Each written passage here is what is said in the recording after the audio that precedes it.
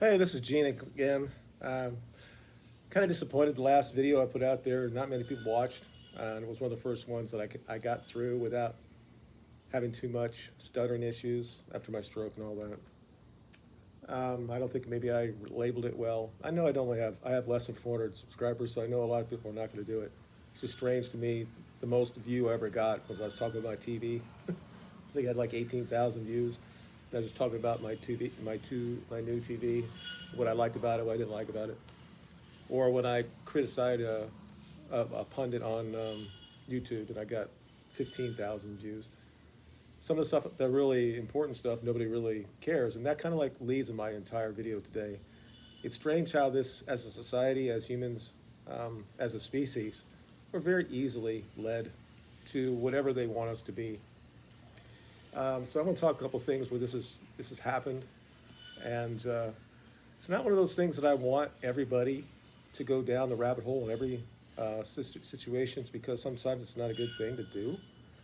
A lot of people that go down that rabbit hole, they end up doing really bad things. I mean, we could talk about the guy that the modern day incel that said that every woman should love him and all that stuff. He ended up killing not just girls; killed some men as well.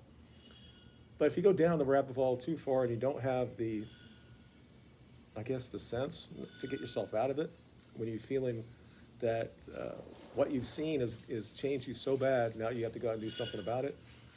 It can be very difficult to get out of it. And if you're one of those people that also have other issues in their life, it can be very damaging to you and people around you. So I'll talk. That's just an overview about that. I'm not talking that you should not research everything. You should. You should be skeptical about everything. In this country, it used to be that way. Um, Free speech was basically a given. It's not that way anymore. So what I'm talking about today is Pearl Davies. This is a girl that is on kind of the manosphere a little bit. She started first talking about modern women, and then when she realized that modern women are just basically they're whoring themselves out to get attention, and they wonder why no man wants to be with them, and they have this convoluted belief of how the system really works or how the world really works. And once you go down that rabbit hole, you're going to get men are going to come out and say certain things, and she starts listening to the men, and she's listened to them, and she's somewhat sympathetic to what they think, because she is a girl. And this is one of the things I always say to my wife, is that women understand other women. So there's a reason why, as you're a guy, and this is just me, okay, I'm just going to come out and say it. I'm a decent-looking guy. When I was younger, I had a lot of hair. You know, I went through chemo and all that stuff, and I really got my hair back. And as it gets older, I mean, obviously, I've cut it down, but I have a little bald spot there. I don't know if that's genetic or because I wear hats all the time, but there was a time I had a full hair. My facial stuff is okay, nice eyes, stuff like that. I've never really had, women have always looked at me somewhat, but my insecurity around women, I never really had a date till I got in the Air Force. And it was like all this time, the first time I had a girlfriend in the Air Force, all of a sudden the women came out of the woodworks and wanted to be around me. Now, whether that's innate or they say now that women see that you're a competition or something they can provide or something like that, and deep down in their DNA that just they feel more attracted to you then, I think that's probably that as well. But there's also this is that women don't want, those are things that if a woman can't have something, then they'll fight to have it. So the entire life, these women thinking that they've never had everything, right? That the society's against them. Now they have everything, and they're doing things to act like men, because men on their own, if you allow them to do what we want to do, we'll have as many sex with women as we can. That's something that's imprinted on our DNA, that we're supposed to populate the world. Obviously, that's not all about it, but there's part of that drive that says we have to do this. And as men, modern, cultured men, we somewhat stop that from happening for the most part. There's other parts I would like to talk about. I don't want to get in trouble on this because somebody said something on Twitter yesterday that if you have sex with a 16-year-old, now you're a pedophile.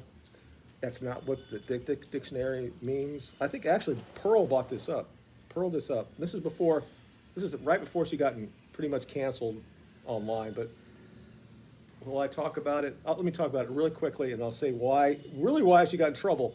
She said this, and nothing really happened to her other than that there are people that were like saying, "I can't believe you said that." But she said that men find 16-year-old women more attractive than 26-year-old women, and she used obesity stats because when you're 16, I think she said it was like 24% of women are obese, which is still unbelievably a high number.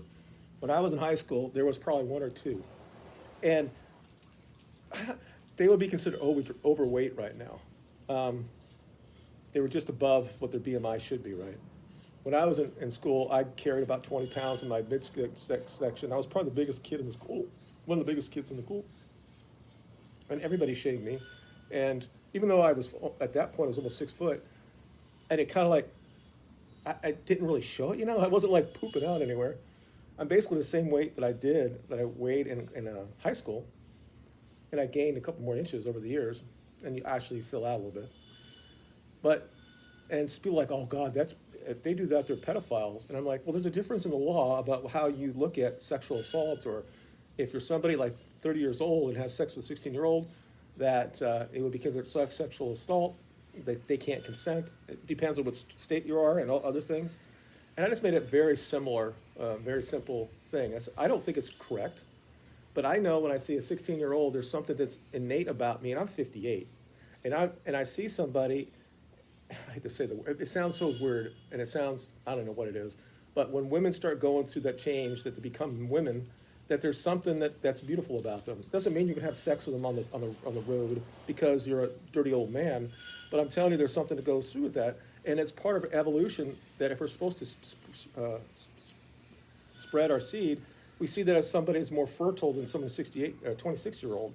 Now, 26-year-olds now are not as fertile as they were 30 years ago. So even then, I think women can tell, and it's unconscious, that they can see whether a man's healthy or not and whether they want to mate with him. So whatever they believe is healthy, but there's something that they can do this, and they can choose who they can have a mate with. And people are like, well, it's the same as having sex with a 5-year-old. I'm like, why? If we're going to have these conversations, I'm not in favor of any of it, but let's be honest with it and say this is all bullshit. Now, that didn't get her canceled. It didn't get her off Twitter. It didn't get her off, or didn't get the entire mainstream apparatus to come after her. What got her in trouble is because she did a stupid song about let's talk about everything, and that included JQ or the Holocaust. And I've been talking about this forever on my channel. I don't talk about it much anymore because my wife works in the schools, and I don't want her to get in trouble. So I don't put my opinion out there anymore. But the idea that we can't have a debate or a conversation about it is just stupid. So she goes on Piers Morgan, and she was pretty much ambushed, and she talks about it. She's on Twitter still, so you can talk about this, or if the whole 7 minutes of her response to that is on there, and maybe I'll put it down below if there's enough people to watch this. But she talks about, I just was trying to explain what is the line we can have free speech. And it seems like the line always happens for them, okay?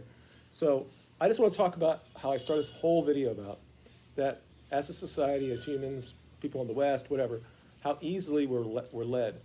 When I was 12 years old, every night on ABC, they had the movie or the series of Roots. And while all that shit's great, and what it taught, because we still, as a visual society, we look at movies and stuff and we think that it's real. And people, they remember that almost more than you reading it down on a piece of paper. So this idea that everything that Haley talked about was real, so I'm 12 years old, and already this guilt as being white, because being a descendant of people that have slaves in this country, it pushed this thing already. I'm not saying it shouldn't have been talked about, but it was after that, it was almost mandatory that when you were in school, you had to see this every year. And then very soon after that, I remember being in high school, either freshman or sophomore, we had to see the Diary of Anne Frank. This is another thing that is fictionalized. It's not 100% true. Neither is Roots. And both authors say that they're not, basically they're not. Well, we know from Alex Haley that's not true. It's a fictional account of whatever. You know, it took everything together and made a amalgamation of something of what could have happened, which is fun. It's like Schindler's List as well. It's similar to that. But we were pushed this, and I know that Diary of Anne Frank was mandatory viewing since then. People have to watch it in school every year. But still, like, we forget because we don't want to, we can't forget.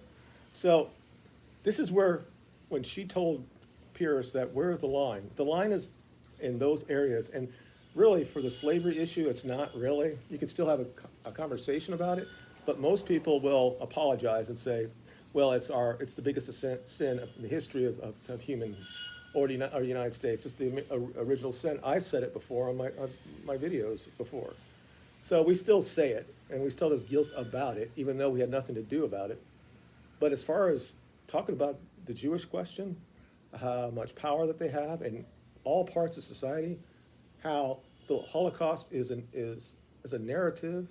It's almost like an industry that has some questions that need to be answered. There's no questioning that people didn't die, but they continually make it like it's the worst thing that's ever happened in human history when it's not. And the direct and indirect impact of the Holocaust industry has been very damaging to the West. And these people can sit there and just continually push it out there, or they can say things and they do it with they can do whatever they want to do. And then if somebody comes along and has just a stupid song about it, or the guy teaches his pup to do the Heil Hitler thing, then they have to go to jail for it. Or if you're an old woman in Germany and you have questions about the numbers in the Holocaust, that you should go to jail for that. And people like, well, that would be, this girl on Twitter said, well, that should be any group of people, they would be upset about it. I'm like, there's only one group of people that have that much power.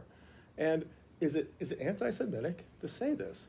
Apparently it is. If you sit there and say that there's some sort of loyalty to some people in Congress that have two passports, one to the United States and one to Israel, that they continually push programs that are pro-Israel and doesn't give a shit about the American people, and you bring that out, well, now you're anti-Semitic because there's laws about that now. And the Congress did this in 2015, and now the Republican governors are signed onto these laws, and it becomes a felony in some states if you say certain things. How can a state say you can't say things when you have the protection of the First Amendment? The Supreme Court already ruled on this. There's nothing correct about hate speech. It's not real. It's not. Now, if I say, maybe because I hate black people, which I don't, I love them, but if I say that, and meanwhile I say at the same time, we're going to go over there to this house and kill them because they're black, then that's should not be protected speech. That's calling to violence, and that's not covered under the First Amendment. But me saying that Jewish people have too much influence in this country, and now I say Jewish people, it's not all of them, of course, but they're only 2% of the population, and most of them agree with the influence that they have. And if I say they have way too much control when it comes to our banks, or too much control in Hollywood, or too much control in Congress, or too much control in any other part that impacts Americans, somehow that's anti-Semitic. So when you ask the question to JQ or whatever you want to say, and right away you are censored, or you're blackballed, or you lose your sponsors, and it's like the amount of power. And this woman that was talking to Pearl was saying that, well, we're going to get rid of her. What does that actually mean? Were they saying that they're going to put her, take her in the back room and kill her because she has a thought process that are different? And Pearl's not. She's a normie, She didn't know any shit about this until Nick Fuentes came in and started talking about it. And Nick has his own issues as well. He has issues, and he should be talked about. I don't know. There's people outside, so I might need to stop. She probably can't hear me. So it's all the same thing. And Piers Morgan, who's from England, doesn't have any idea what free speech is. They don't have it in England. If you say something, there have been like 3,000 people that have been jailed or cited for saying things online that the state somehow said is whatever that is. If I say that Jewish people shouldn't have a synagogue, in a Muslim area, is that anti-Semitic? I mean, and we go down this road, and there are way too many people, way too many white people that sit there and defend their influence. But it's everywhere, and it's weird, and it's only one or two things that there is that will get both sides of the house together, and one of them is anything that has to do with Israel. They're gonna back, and recently it's been Ukraine, but that'll go away. But now it was getting with this UFO stuff.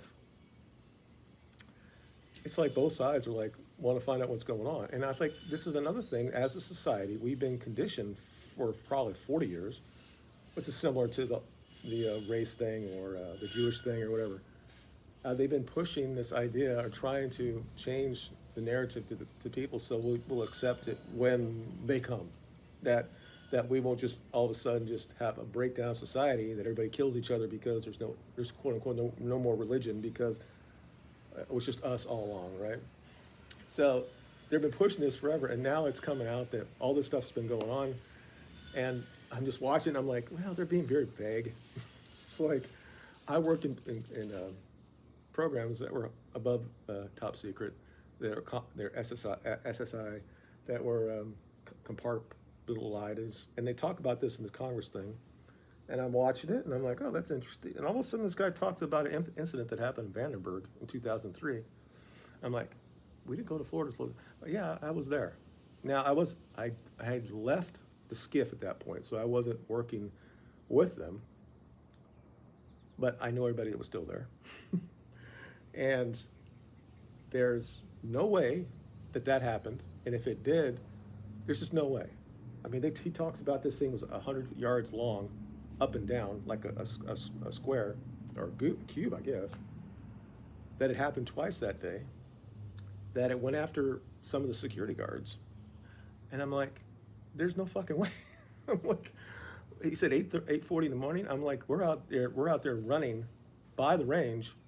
That size of thing, we would have saw it. Someone would have said something. Somebody would have said, didn't you see it this morning? It's a big base. We would have seen it. The water's pretty close to that where he said that the thing happened. Now again, he was relating a story. He didn't see it himself. And you see a lot of this. I'm not saying it's not true, but it's doubtful. Let's say it's less than 1%.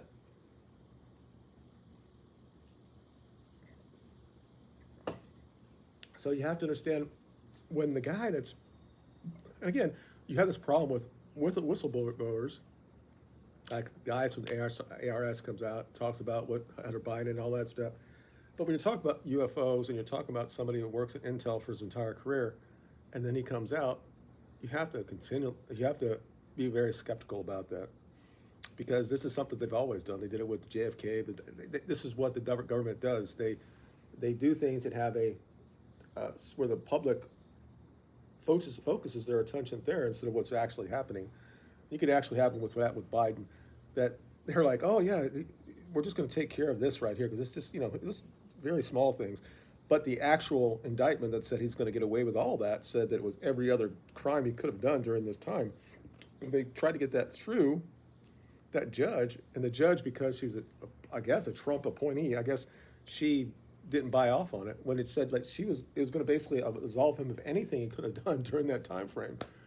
And it's one of those things like, this is what we said, but this is really what we're trying to do here. Let's say how the government works about all this other things. There's been 3 or 4 different types of stories about Roswell. First it was a weather balloon, and then it was part of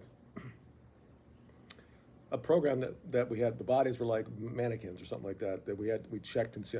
And now it's something now, and it continually changes to where we get something close to whatever the truth is. Now, personally, I still think that JFK was killed by one person. It's very possible that person was controlled by whatever, whether it's the CIA or Mossad or whatever. They all could have controlled him. I think that there's some proof that he worked in those areas. It could be part of MK Ultra. All that stuff could be true, but I still think only one person shot him. I don't think there was a necessity to have There might have been other gunmen there, but I don't think it was necessary because the last shot killed him. And the forensics kind of like points to that. So I could be wrong, but I've read many different things about it, and uh, um, MythBusters did it and did the same shit, and it was exactly the same. So I think that the forensics are correct on it. I think he killed him from there, and I think it's anybody that has a decent um, ability with a gun could have done what he did. So I mean, they pushed him into an area that was right there, and that, they say in the JFK it was a triangle of fire, so it could have been from it, but he was right there. So he hit him exactly where it hit him if you would just put him in the spoke and shot him. So, and I think that Roswell was just a failed experiment, whatever. I don't think it was an actual body. I don't think it was that. I have not seen anything yet, other than my own personal experience that I saw when I was younger of a UFO. And I worked in a place that we catalog UFOs. Now, we only cataloged them as UFOs because we didn't know exactly what they were, but we all knew they were man-made. And I think most of the things that we see are man-made. I'm not saying that we haven't got something, that we haven't reverse engineered, and the products of those are those aircraft that are being filled right now. I think that's very more possibly more probable than anything else. Um, but when I hear things, when you go on Rumble and you start talking about this, and you talk about the Federation, and you're talking about the alliance, and that 2029 that there's going to be this war and everybody's going to die, and it's like okay. I don't care who they are. You know, yeah, if they have the ability to get here, and they'd have to do exactly what most people say they'd have to do. They have to pan time and space, so they have to pull it over. And it's if you see it in I think it was in Interstellar, they talk about this, or even Big Bang Theory talks about this. You fold time, and that's the only possible way they could be here. So that's possible, but look at I mean, come on, seriously. If you look at the pictures in the 50s and the 60s and the 70s, and you look at these objects, and when you actually can look at what they are, they got rivets in them. There's something that would not be. They're not. How could this get across thousands of billions of miles?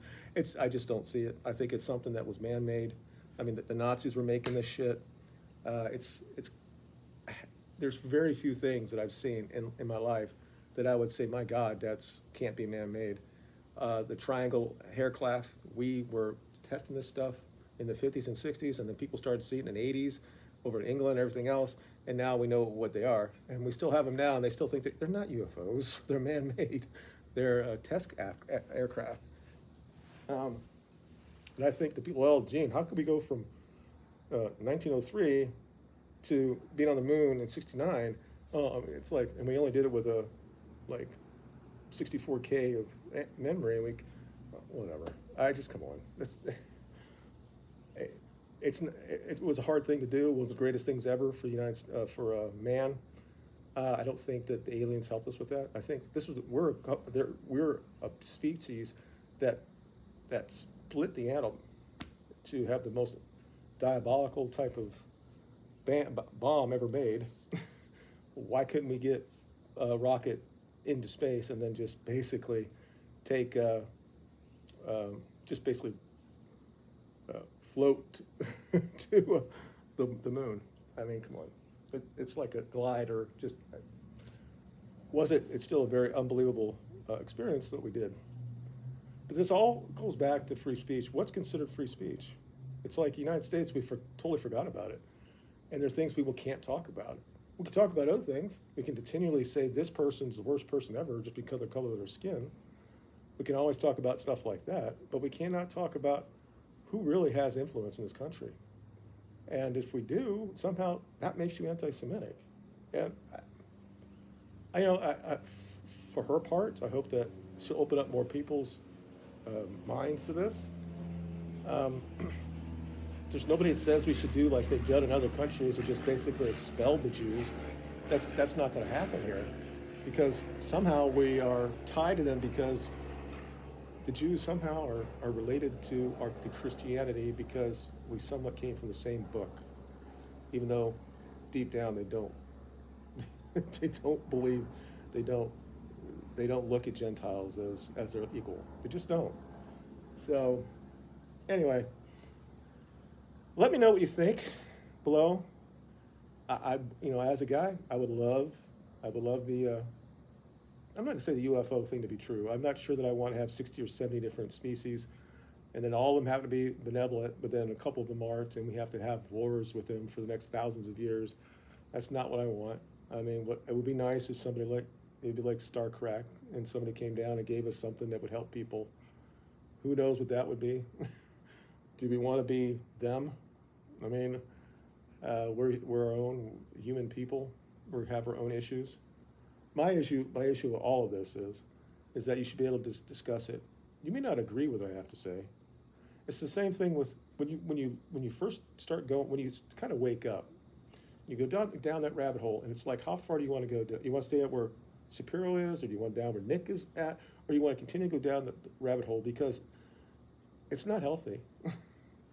Because then you get really, really upset, because then you start thinking the government is against us for everything. And you probably would be right. There are certain groups of people that run this country. And the thing is, before I leave, I'll say what I have to say. All this Luciferian, satanic ritual stuff that we see, when you go down that rabbit hole, they're almost always run by the same people. Because in their religion or their secular views, their rituals, all deal with blood and all this stuff. And they're almost the same exact people. And these are the same people who have all the power, that have so much influence. So in their mind, they think that they have to have these rituals to have and continue their powers. I mean, all the stuff we've seen, spirit cooking and stuff like that, all the Democrats doing this shit, almost all of them are Jewish. And it's just their way of promoting their art. And then how everything's changed when it comes to gender and all this stuff in the last 10 years. And it just continually goes down, and it's so anti-gods, anti-Christianity, anti-what the words say. And we're supposed to sit back and just allow it to happen and not say anything about it. And when it comes right down, and this is where they don't want it to come out, because they know that the white Christian man stands up, that they're in a lot of trouble. So that's the reason why they want to mix with everybody in Europe. They don't want men or white men to be the majority. They want us to be docile. They don't want us to reproduce. They want to put shit in our diet. So when I say they, I'm thinking the elite, and almost all of them happen to be the same group. And yeah, maybe that's anti-Semitic. I don't give a shit. If it was another group, would that be whatever it is? It's like, it's what, there's certain groups, specific people in those groups that don't want Europeans to move on, to be where they were. They fear us. I don't know why, because we interned some of them. I don't know. I don't want to go any further in this, because I said, you go down that rabbit hole and you start thinking, it'll just mess with your mind. But it's right there, even at the surface levels. If you just go a little bit before Shapiro and all that stuff. I mean, Shapiro says it's okay if Israel has a wall, but he doesn't care about the United States. He wants Israel to be pure, but he doesn't care about the browning of America. It's like, whatever. It's like, it's okay for your people because you're talking about them that way. So obviously he probably has two passports. In the back of his mind, he's an American, but all the way down, he's a Jew. And he's a religious Jew, so that's even, so yeah, whatever. Anyway, that's basically it. Thank you for watching. Hopefully more people watch this. Please subscribe and share it. And you guys have a good weekend, and we'll talk to you later.